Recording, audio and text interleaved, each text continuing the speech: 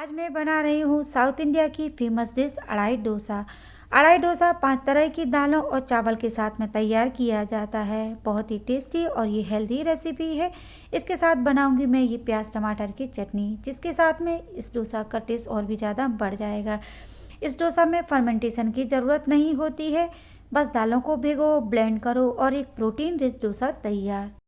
नमस्ते दोस्तों, स्वागत है आपका मेरे चैनल पे। तो चलिए रेसिपी बनाना शुरू करते हैं। अड़ाई डोसा बनाने के लिए मैंने 2 कप चावल ले लिए हैं। जिन चावलों से हम डोसा या इडली बनाते हैं वही चावल मैंने अड़ाई डोसा बनाने के लिए लिए हैं। आधा कप मैंने इसमें चना की दाल डाल दी है, आधा कप मैंने तुअर की दाल डाली है, आधा कप बिना छिलके वाली उड़द की दाल डाली है और आधा कप बिना छिलके वाली मूंग की दाल डाल दी है। सारी दालों को और चावल को हमें अच्छे से धो लेना है 4 से 5 बार, जिससे सारी गंदगी निकल जाए।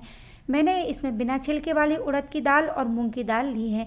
अगर आपके पास में बिना छिलके वाली मूंग की या उड़द की दाल नहीं है तो आप छिलके वाली भी दोनों दालें ले सकते हैं। दाल और चावल को मैंने 4-5 बार अच्छे से धो लिया है। अब मैंने इसमें पानी डाल दिया है और 5 सूखी काश्मीरी लाल मिर्ची डाल दी हैं। इन सारी चीज़ों को हमें 5 से 6 घंटे के या फिर ओवरनाइट सोक करने के लिए रख देना है। मुझे ये नाश्ता ब्रेकफास्ट में बनाना था, इसीलिए मैंने दाल और चावल को रात भर के लिए सोक करने को रख दिया था। तो ये देखिए दाल चावल बहुत अच्छे से सोक हो गए हैं।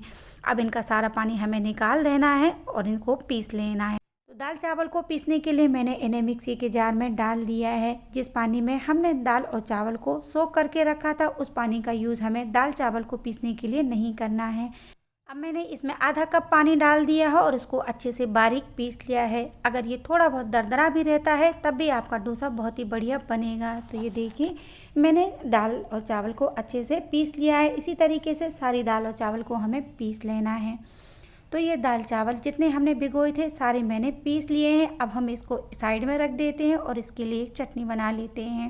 तो चटनी बनाने के लिए पैन में मैंने 1 बड़े चम्मच तेल डाल दिया है। तेल के गर्म होने पर 1 चम्मच मैंने उसमें राई डाल दी है, 6-7 करी पत्ते डाले हैं और 3 सूखी हुई लाल मिर्ची को तोड़ के डाल दिया है। 1 चम्मच उड़द की दाल डाली है और 1 चम्मच चना की दाल डाली है। सारी चीज़ों को मीडियम फ्लेम पर हम अच्छे से भून लेंगे। उड़द की दाल और चने की दाल हल्की सी भुन गई है। अब मैंने इसमें 6-7 कलियां लहसुन की डाल दी हैं, एक प्याज को रफली चॉप करके डाल दिया है और थोड़ा सा फ्रेश नारियल काट के डाल दिया है। अब इन सारी चीज़ों को हमें मीडियम फ्लेम पर हल्का सा भून लेना है। प्याज को पकाते हुए मुझे 2-3 मिनट हो गए हैं। प्याज को बहुत ज़्यादा हमें नहीं पकाना है। अब मैंने इसमें 2 टमाटर को रफली चॉप करके डाल दिया है। 1 चम्मच मैंने इसमें नमक डाल दिया है। अब टमाटर और नमक को भी हम सारी चीज़ों के साथ में अच्छे से मिक्स कर लेंगे।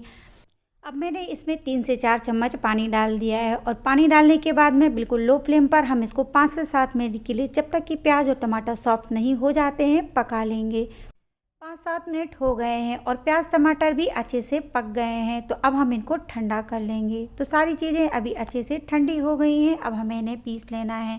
तो इनको मैंने एक मिक्सी के जार में डाल दिया है और उसमें थोड़ा सा पानी डाल दिया है और 1 टुकड़ा इमली का डाल दिया है। अब इन सारी चीज़ों को हमें बारीक पीस लेना है। तो चटनी को मैंने बहुत अच्छे से पीस लिया है। अब इसको मैंने एक जार में निकाल दिया है और मिक्सी के जार में थोड़ा सा पानी डालकर उसको चटनी में मिक्स कर लिया है। तो ये चटनी बनकर हमारी तैयार हो गई है।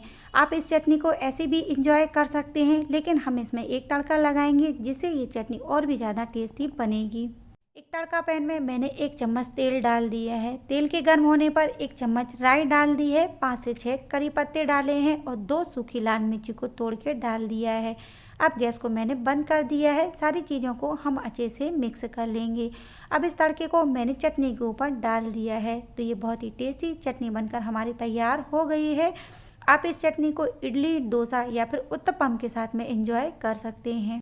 अड़ाई डोसा के बैटर में मैंने 1/4 कप मोरिंगा की पत्तियों को डाल दिया है। मोरिंगा की पत्तियां खाने में काफ़ी हेल्दी होती हैं, तो अगर आपके पास में ये पत्तियां हैं तो आप इनको ज़रूर डालिए। इनसे अड़ाई डोसा बहुत ही टेस्टी बनता है। अब मैंने 8 से 10 करी पत्ते को बारीक बारीक चॉप करके डाल दिया है और काफ़ी सारा हरा धनिया भी चॉप करके डाल दिया है।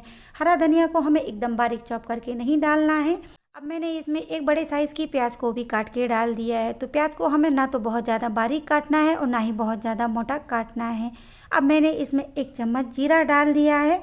आधा कप से थोड़ा सा ज़्यादा फ्रेश नारियल को मोटे वाले ग्रेटर की साइड से कद्दूकस करके डाल दिया है। 1 चम्मच नमक डाला है और 1/4 चम्मच हींग डाल दी है।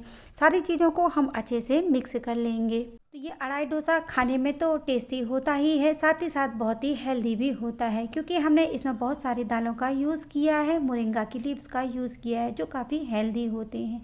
तो ये देखिए सारी चीज़ों को हमने अच्छे से मिक्स कर लिया है। कढ़ाई बनाने के लिए तवे के ऊपर मैंने थोड़ा सा तेल डाल दिया है। तेल को तवे के ऊपर हम अच्छे से फैला देंगे। तो ये तेल हमने अच्छे से तवे पर फैला दिया है। अब इसके ऊपर हम पानी के थोड़े से छींटे डाल देंगे। अब गैस की फ्लेम को हम बिल्कुल मीडियम कर लेंगे और 2 चम्मच बैटर हम डाल देंगे। बैटर को हम अच्छे से फैला देंगे। तो हमें अढ़ाई को डोसे से थोड़ा सा मोटा और उत्पम से पतला बनाना है। तो देखिए अढ़ाई को हमने अच्छे से फैला दिया है। अब इसके चारों तरफ थोड़ा सा हम तेल डाल देंगे और इसको ढककर लो टू मीडियम फ्लेम पर हम पका लेंगे। अढ़ाई को लो टू मीडियम फ्लेम पर पकाते हुए 5 से 7 मिनट हो गए हैं। तो ये नीचे से पक गई है। अब हम इसको पलट देंगे और पलटने के बाद में इसके चारों तरफ आधा चम्मच तेल डाल देंगे और इसके बाद में मीडियम फ्लेम पर हम इसको दोबारा से ढककर 3 से 4 मिनट के लिए पका लेंगे। 3-4 मिनट के बाद में हम अढ़ाई को दूसरी साइड से भी पलट देंगे। तो ये देखिए अढ़ाई नीचे की साइड से भी बहुत अच्छे से सिक गई है। इसी तरीके से आपको सारे अढ़ाई डोसा बनाकर तैयार कर लेने हैं। बहुत ही कम समय में ये बहुत ही हेल्दी और टेस्टी ब्रेकफास्ट बनकर तैयार हो जाता है, क्योंकि हमें इसमें फर्मेंटेशन की ज़रूरत नहीं होती है और बहुत सारी दालों के साथ हम इसको बनाते हैं। तो ये अढ़ाई डोसा खाने में टेस्टी होने के साथ साथ हेल्दी भी होता है। आप इस डोसा को ब्रेकफास्ट, लंच या डिनर कभी भी इंजॉय कर सकते हैं। बच्चों के लंच बॉक्स में भी आप इसको दे सकते हैं। तो कैसी लगी आपको मेरी ये आज की ये रेसिपी? अगर आपको आज की ये मेरी रेसिपी पसंद आई है तो वीडियो को लाइक और शेयर करिए और चैनल को सब्सक्राइब करना बिल्कुल मत भूलिए।